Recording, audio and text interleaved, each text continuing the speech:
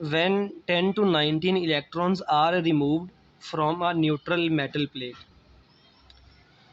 एक metal plate है, वो न्यूट्रल है, उस पर कोई चार्ज नहीं, लेकिन उससे हमने 10 to 19 इलेक्ट्रॉन्स रिमूव कर दिए, तो इतने इलेक्ट्रॉन्स की कमी होगी।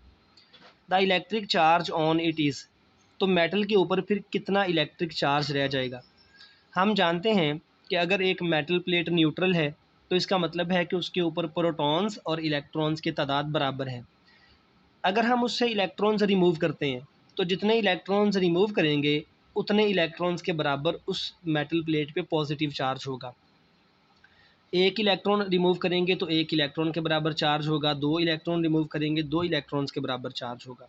हम चार्ज को इस तरह लिखते हैं, किसी भी अमाउंट ऑफ चार्ज को हम लिख सकते हैं एन ई, ये नंबर ऑफ़ इलेक्ट्रॉन्स, और ये एलिमेंट्री चार्ज है जो कि इलेक्ट्रॉन पे चार्ज की वैल्यू है या प्रोटॉन पे चार्ज की वैल्यू है। तो अब हमने देखना है कि कितना चार्ज रह गया मेटल प्लेट के ऊपर, तो देखेंगे कितने इलेक्ट्रॉन्स रिमूव हुए, और इलेक्ट्रॉन्स की तादाद जो हमने रिमूव किए वो हैं 10 to 19। So 10 to 19 number of electrons है, और एक इलेक्ट्रॉन पे चार्ज है 1.6, 10 to -19 मल्टीप्लाई करें, ये होगा 1.6 इंटू 10 to -19, और ये 10 की पावर +19।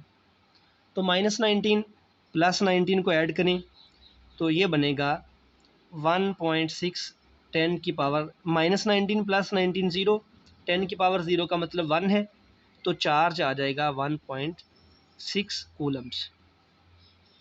तो अगर 10 to 19 इलेक्ट्रॉन्स रिमूव किए जाए तो 1.6 कूलम पॉजिटिव चार्ज होगा मेटल प्लेट के ऊपर। पॉजिटिव इसलिए कि इलेक्ट्रॉन्स रिमूव हो गए, प्रोटॉन्स की तादाद अब ज़्यादा है, तो जितने इलेक्ट्रॉन्स रिमूव हुए उतने प्रोटॉन्स के बराबर पॉजिटिव चार्ज होगा। तो यहाँ पे 10 की पावर +19 ये गलत है, -1.6 ये गलत है, क्योंकि इलेक्ट्रॉन्स रिमूव किए गए हैं तो पॉजिटिव चार्ज होना चाहिए प्लेट पे। 10 की -19 भी करेक्ट नहीं, हमने सॉल्व करके देखा कि मैग्नीट्यूड आती है चार्ज की +1.6, और प्लस का हमें इस तरह पता चल रहा है कि इलेक्ट्रॉन्स रिमूव हुए हैं, जिसका मतलब पॉजिटिव चार्ज होगा।